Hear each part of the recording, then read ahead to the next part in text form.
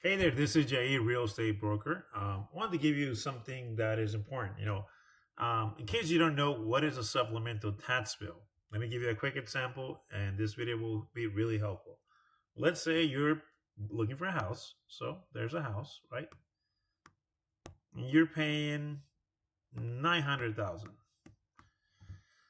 This house happened to be last time it was purchased. Someone bought the house at 300,000.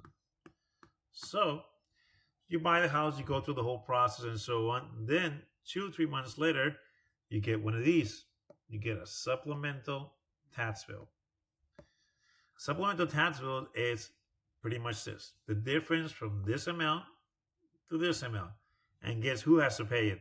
The new homeowner, in this case, the buyer. So often gets overlooked. I always tell my clients, you know what, when you buy this property was sold 3 years ago. So your supplemental tax bill might not be, maybe 2000, 1800. But if a house hasn't sold, let's say in 50 years, I will tell my clients, by the way, this house was last sold in 50 years. So the county is taking taxes. They use that, going back 50 years as a tax basis and according to whatever has sold, over the years. But their tax base is going to be really low. So when the county says, oh, by the way, Mr. John Smith or Clara bought the house for 900,000 and we were collecting around 300,000 on the value of 300,000 in property taxes. Well, let's send a supplemental tax bill to the new homeowner, but we're going to give them in 2 installments. But sometimes a house that has not sold in a lot of years, you might get a $5,000 supplemental bill or a $9,000 supplemental bill. And these are things that once you already have your house, you're already done, happy, you bought a house, you're so happy. And then you get a bill saying you owe $5,000 to the county. And if you don't pay those, there'll be fees or they'll get added to your monthly payment.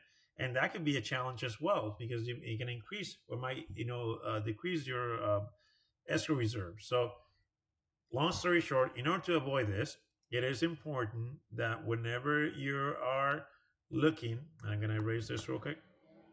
Whenever you're looking for a house, definitely ask your real estate agent, by the way, when was the last time this property sold? And they might say, a couple years ago or 20 years ago. If that is the case, in your math, calculate that you might gonna get a $5,000 or $6,000, I don't know, $4,000, but you're gonna get a bill. So make sure that that house is the one that you want, that it meets your criteria, and that be ready for a supplemental tax bill that's going to happen after you close escrow. Whenever you're doing renovations for kitchen or so on, or you're enjoying your new place, you don't want to get a bill. So if long story short, make sure that the house is the right one for you.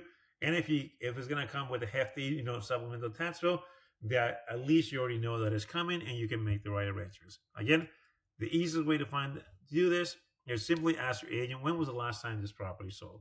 If it's a property sold in 2 or 3 years, it might not be a huge supplemental bill, just mean a couple thousand. Not to say that it's not a whole lot of money, but if it's something that hasn't sold in 30, 40 years, be on the lookout because it's going to be a huge supplemental tax bill, and the new homeowner is the one who's going to pay for it. All right, this is Jair, real estate broker, and thanks so much for your time.